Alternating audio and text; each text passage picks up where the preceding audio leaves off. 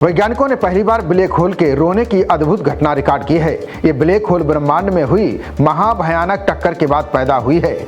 ये उसी तरह रो रहे थे जैसे जन्म लेने के बाद कोई बच्चा रोता है। ब्रह्मांड की दुनिया काली और रहस्यमय है। यहाँ ऐसी घटनाएं होती हैं जिनकी भनक भी धरती तक नहीं पहुँच पाती है। अब हाल ही में वैज्ञानिकों ने पहली बार ऐसा सिग्नल सुना जिसने सबको हैरान कर दिया है।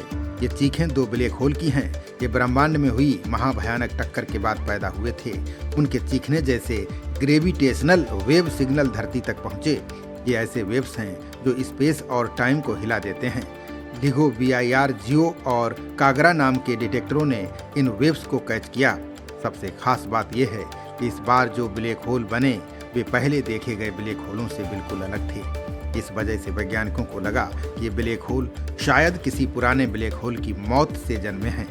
वैज्ञानिक इन्हें सेकंड जनरेशन ब्लैक होल कहते हैं। बता दें कि कुछ दिनों पहले वैज्ञानिकों को एक सिग्नल मिला।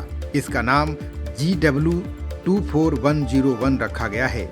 इसमें दो ब्लैक होल टकरा गए। एक का साइज हमारे सूरज से 17 गुने ज्यादा था, वहीं दूसरा उससे छोटा लगभग 7 सूरज जितना है।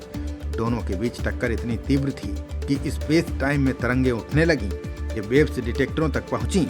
इन्हें समझने पर पता चला कि बड़ा ब्लैक होल बहुत तेज घूम रहा है।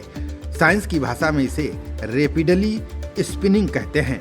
दोनों ब्लैक होल की टक्कर के बाद एक और साउंड जैसी वेव पकड़ी गई।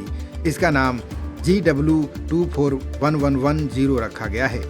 इस बार ये टक्कर 2.4 बिलियन लाइट ईयर दूर हुई। इसमें भी एक बड़ा और एक छोटा ब्लैक होल शामिल था। सबसे खास बात यह है कि एक ब्लैक होल अपनी कक्षा के उलट दिशा में घूम रहा था। ऐसा पहली बार देखा गया।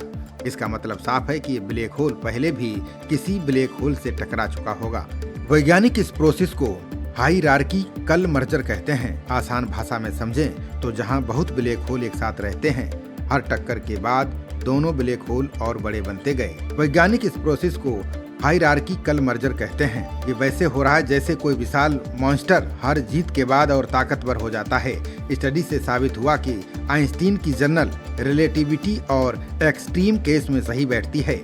बता दें कि ओवरटोन यानी वेव्स को हार्मोनिक धुन पहले प्रेडिक्ट की गई थी। इस सिग्नल से पार्टिकल फिजिक्स में भी बड़ा सुराग मिल सकता है। वैज्ञानिकों के अनुसार अगर एस्ट्रालाइट बोसान नाम के नए पार्टिकल्स मौजूद होते हैं तो वे घूमते ब्लैक होल की एनर्जी चूस लेते हैं। खबरों का सिलसिला जारी रहेगा। देखते रहिए जनप्रवाद। नमस्कार।